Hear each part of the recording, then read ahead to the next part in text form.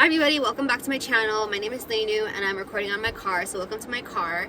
I'm sitting in a business park because I have some business to do, but I wanted to take a few minutes to talk about this topic of social climbing. So when people think about social climbing, they immediately give it a negative connotation. They think of some girl that is just really beautiful and she just kind of hops around and eventually social engineers her way into a nice situation where she's just in like a better clique of people. And I think, well, first of all, hating on other people's success only hurts you. It's really easy to look at somebody who's made it and think, oh, she probably got it just because she has she got her body done, or he got there because he was never there for his family, left his wife, yada yada yada. We always like to judge other people for how they made it, and the thing is, we'll never know someone's true story. Even if they wrote a book on it, we'll never know everything that they faced, everything that was in their thoughts. And also you could talk about a lot of attraction stuff too, like hating on the way people made it. It just pushes success further away from you, but that's a different thing, and I don't really know too much about it, talk about it enough. So let's just focus on climbing the social ladder. Being a social climber, that's the name. So I believe that no matter what situation you're in, you always want the best for yourself. You always want to be around the right people. You want people to look at you in an esteemed manner. When you're at a job, you always want to make the right connections and get the right promotions and get to the beautiful office space that you wanted, or work on this great project that you wanted. In any situation you're in, you always have to treat it as something new and figure out how, who to talk to, what are things to say, how to dress, how to present yourself, how to talk to people there in order to sort of get to where it is you want to be. For me, I learned that I thrive in situations where I'm the new kid. So when I was in high school, I actually moved from one city to another end of my freshman year. So up until freshman year, I had the same group of friends that I've had since pre-K, elementary, and middle school, and I just felt like I was always around girls who ended up being the mean girls, and it was never fun. I learned how to cope with a lot of things through humor, but I was never fully happy. And so when the opportunity presented itself to move to a new city and go to a new high school, I was ready. I was done with my old friends. I was done with it. I was over it. I was ready for something new, because it's just fresh and exciting and you don't know what's around the corner, right? So I got to this school, and I remember the very first day I was sitting in history class, and there was this girl next to me, and she looked really sweet, and she introduced herself and said oh, you're the new kid, do you want to come hang out with my friends at lunch, I'll introduce you. So first rule of social climbing is always I had to paint the whole picture for you to understand. So in every group of people, in every clique, there's always going to be the queen bee, or the people that are the most popular and that people are always trying to get connected with, right? So maybe this is the girl that is an influencer, maybe it's the guy who owns the company, maybe it's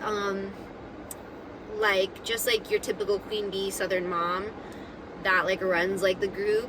It's always the person that everybody's trying to be friends with. But this person, usually they already have established who their friends are and what they're about. So unless they are someone who's really bubbly and extroverted, or they're really drawn to you, they are not the people that are going to make the effort to reach out to you and be your friend, right? It's always going to be the people that are sort of they're in the group, but they're always inviting people either on the fringe of the group or outside the group. They're really bubbly. They are the people, they're the butterflies. They're the people that can go in and out of the group, and when they leave the group, they're always pulling people inside. They're always inviting you to their events, their parties. They're the ones that have sympathy for the new kid, or the outsider sort of thing, right? So they're the people that are always giving people chances. So don't focus on the queen bee or the person at the very top that you're trying to potentially get connected with. No, focus on just finding these butterflies that are always dancing around and inviting people to their parties, their events, whatever. These people, my experience is that they're either girls that you never met before, or they're just really chill guys. Either way, these people are awesome friends. They're very sweet. Never take them for granted. Say yes to invitations. Don't say yes to like literally anything. If you like show up to a party and realize like it's not your thing, if the girls are barefoot, if there's coke in the bathroom, like there's no obligation to stay in situations that make you feel unsafe or uncomfortable. If you want, just stay for an hour, show your face and leave. But if you're there and you decide I'm gonna be here, this is what you do. So you accept the invitation, dress your best, you show up and go in. Chances are like the person who's like the head is the person that's like organized this event, right? This person, usually they'll come up to you and they'll say like, hey, what's your name? They want to know who you are. And that's basically going to be it, unless you're able to like strike up a bigger conversation with them. So in my experience, they say like, they just say your name. They ask your name, they figure out who you are. And if they like you, cool. If they don't, also cool. They're just gonna like walk away and do their own thing. Unless this person is really, really intrigued by you, they're not gonna like stand there at their own party like striking up a long conversation with you. So the next thing is always be okay with rejection and not getting what you want immediately. So for me, I'm a very social person, and I've tried a lot of different things, whether it's like in my career or projects or like nonprofit work or friendship or literally anything, right? And I've definitely talked to a lot of people, and unless you're the type of person that like everybody wants to be friends with and everybody's like inclined to get to know, like good for you, that's the case.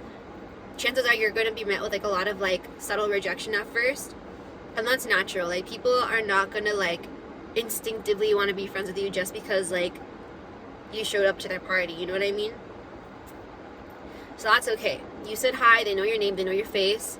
Make the best impression that you can, and then walk off and like meet your own friends there. Like you're finally in this new group of people in a whole house or a whole mansion or a whole company full of people that like you don't know.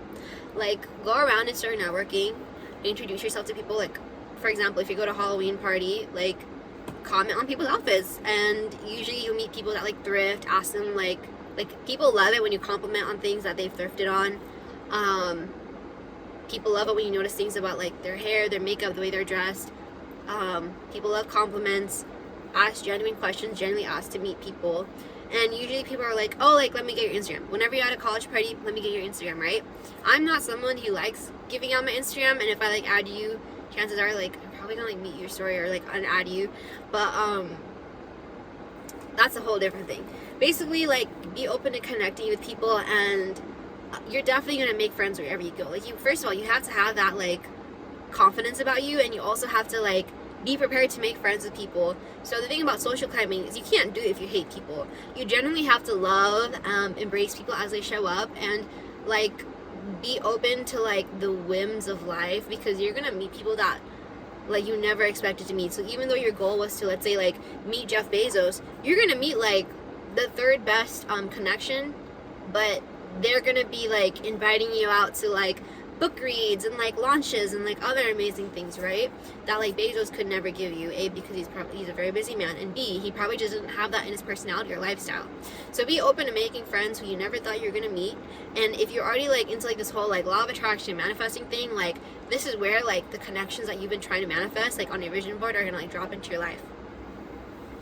So once you have those friends, like you have them on social media, let's say you've agreed to like meet up for like coffee every now and then, like actually be genuinely a good friend. Like don't think, oh, because I'm a social climber now, like I only care about like that one person, that Jeff Bezos person. No, like once you meet people that you're interested in, generally be warm and accepting, and like show up, go to their party, show up to their events, ask about their lives, get to know their families, because the more you like integrate with people in the circle on like a genuine level, the more you're going to be invited to like more intimate events, where the guest list becomes like shorter and shorter, and the events are less formal and more just like hanging out. What are my credentials? I like being private. So let's just say I have credentials, but I don't like talking about it. So this is how you social climb. I think it's a really simple process, and I can only lead you to this point with my how-to, because at this point forward, it's all about who you are as a person, what your values are, and how you handle friendships.